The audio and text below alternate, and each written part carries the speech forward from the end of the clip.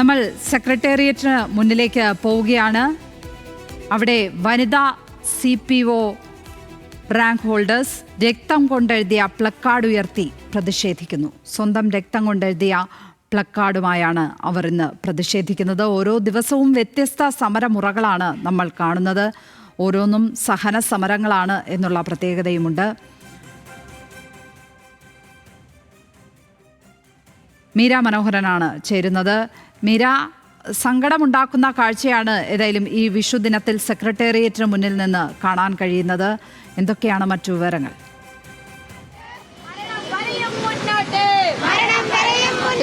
ലക്ഷ്മി സൂചിപ്പിച്ച പോലെ തന്നെ സങ്കടകരമായ ഒരു സമരം തന്നെയാണ് ഇവിടെ സെക്രട്ടറിന് മുന്നിൽ കാണുന്നത്.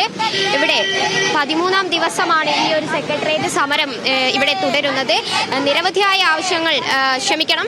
നിരവധിയായ സമരമുറകളൊക്കെ കഴിഞ്ഞ് ഇപ്പോൾ സ്വന്തം രക്തം കൊണ്ടുള്ള ഒരു പ്രതിഷേധത്തിലേക്ക് ഇവർ നീങ്ങുകയാണ്. സേവ് വനിതാ CPO എന്ന പ്ലക്കാർഡിലേക്ക് സ്വന്തം കൈകളിൽ നിന്ന് രക്തമെടുത്ത് അത് വെച്ച് പ്ലക്കാർഡ് ഉയർത്തിയുള്ള സമരമാണ് നമുക്കിവിടെ കാണുന്നത്. കഴിഞ്ഞ 13 ദിവസമായി ഇവിടെ സമരം തുടരുകയാണ്. ലക്ഷ്മി സൂചിപ്പിച്ചതുപോലെ തന്നെ ശയനപ്രദക്ഷിണം, കൈകളിൽ കർപ്പൂരം കത്തിക്കൽ തുടങ്ങി നിരവധിയായ സമരമുറകളാണ് ഇവരിവിടെ നേരത്തെ തന്നെ നടത്തി വരുന്നത്. അതിനുശേഷമാണ് ഇവരിപ്പോൾ ഈ വിഷുദിനത്തിൽ എല്ലാവരും പ്രതീക്ഷയോടെ പുതിയ വർഷത്തെ കാത്തിരിക്കുന്ന ഈ വിഷുദിനത്തിൽ കറുത്ത വസ്ത്രങ്ങൾ ധരിച്ചുകൊണ്ട് സ്വന്തം രക്തം കൊണ്ട് പ്രതിഷേധിക്കേണ്ട ഒരു അവസ്ഥയിലേക്കാണ് ഈ ഉദ്യോഗാർത്ഥികൾ നീങ്ങിയിരിക്കുന്നത് എന്നാണ് മനസ്സിലാക്കുന്നത്. ഇവരുടെ ലിസ്റ്റിന്റെ കാലാവധി കഴിയാൻ ഇനി ദിവസങ്ങൾ മാത്രമാണ് ബാക്കി. എങ്കിലും വലിയ പ്രതീക്ഷയാണ്. അവസാന നിമിഷത്തിലെങ്കിലും സർക്കാർ കണ്ണു തുറക്കുമെന്ന് തന്നെയാണ് അവരുടെ പ്രതീക്ഷ. നമുക്ക് ഇവരോട് തന്നെ ചേച്ചി, സർക്കാരിന്റെ ഭാഗത്ത് നിന്ന് എന്തെങ്കിലും ഇടപെടൽ ഇപ്പോൾ ഉണ്ടായിട്ടുണ്ടോ? ഇതുവരെ ഒരു ചർച്ചയ്ക്ക് പോലും നമ്മളെ വിളിച്ചിട്ടില്ല. ഞങ്ങളിവിടെ ഓരോരുത്തരും നിൽക്കുന്ന നെഞ്ചു നീറിയാണ് നിൽക്കുന്നത്. ലോകമെമ്പാടും വിഷു ആഘോഷിക്കുന്ന സമയത്ത് അർഹതപ്പെട്ട ജോലിക്ക് വേണ്ടി ഇവിടെ ഞങ്ങൾ സമരം ചെയ്യുകയാണ്. ഇനിയെങ്കിലും സർക്കാർ ഞങ്ങളുടെ അവസ്ഥ കണ്ടിട്ടാണെങ്കിലും RTI പ്രകാരമുള്ള 570 വേക്കൻസിയിൽ ഒരു 350 വേക്കൻസിയെങ്കിലും തന്ന് നമ്മുടെ ലിസ്റ്റിലുള്ള പരമാവധി പേർക്ക് നിയമനം കൊടുക്കണമെന്നാണ് അപേക്ഷിക്കുന്നത്. കാരണം ഒരു 675ഓളം പേര് നമ്മുടെ ലിസ്റ്റിൽ ഇനി ജോലിക്കായി കാത്തിരിപ്പുണ്ട്. മുഴുവൻ പേർക്ക് നിയമനം കൊടുക്കണമെന്ന് നമ്മൾ പറയുന്നില്ല. മാക്സിമം ഒരു 350 പേർക്കെങ്കിലും ഇനിയെങ്കിലും നിയമനം കൊടുക്കണം. 570 വേക്കൻസി ഉണ്ട്.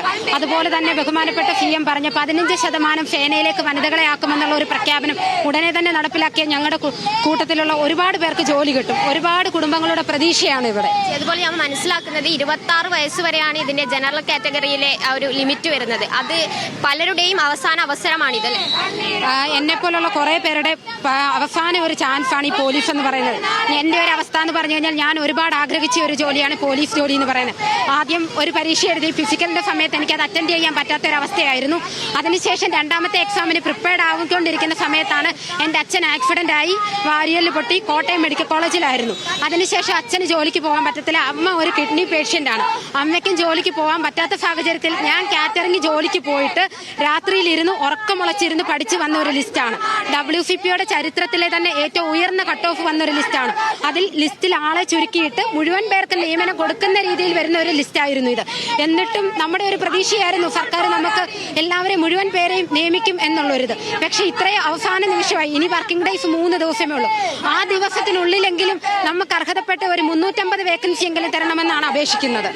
ലക്ഷ്മി, ഇവർ സൂചിപ്പിക്കുന്നത് പോലെ തന്നെ പ്രവൃത്തി ദിവസങ്ങൾ ഇനി 3 ദിവസം മാത്രമാണ് സർക്കാരിന്റെ മുന്നിലുള്ളത്. ഇത് ഒരാളുടെ മാത്രമല്ല, ഇവിടെയുള്ള ഓരോരുത്തരും ഇത്തരത്തിൽ കാക്കി എന്ന സ്വപ്നം മനസ്സിൽ പേറി അതുകൊണ്ട് ആ ജോലി കൊണ്ട് ഇനി ജീവിക്കേണ്ട അവസ്ഥയുള്ള ഒരുപാട് പേരാണ് ഇപ്പോൾ ഈ സെക്രട്ടേറിയറ്റിന് മുന്നിൽ ഇങ്ങനെ സമരം ചെയ്യേണ്ടി വരുന്നത്. മൊത്തം 967 റാങ്ക് ലിസ്റ്റ് ആയിരുന്നു പുറത്തുവിട്ടത്. അതിൽ 30% മാത്രമാണ് ഇപ്പോൾ നിയമനം നടന്നിട്ടുള്ളത്.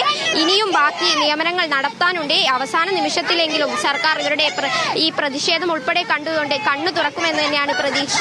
ഇതിനു മുമ്പ് ഇവർ നമ്മൾ തന്നെ പലതവണ റിപ്പോർട്ട് ചെയ്തിട്ടുണ്ട്. കല്ലുപ്പിൽ മുട്ടുകുത്തി നിന്നും ശയനപ്രദക്ഷിണം വെച്ചു മണ്ണിൽ ഇഴഞ്ഞുകൊണ്ട് ഉൾപ്പെടെയുള്ള സമര രീതികളായിരുന്നു കണ്ടത്. ഇന്നിപ്പോൾ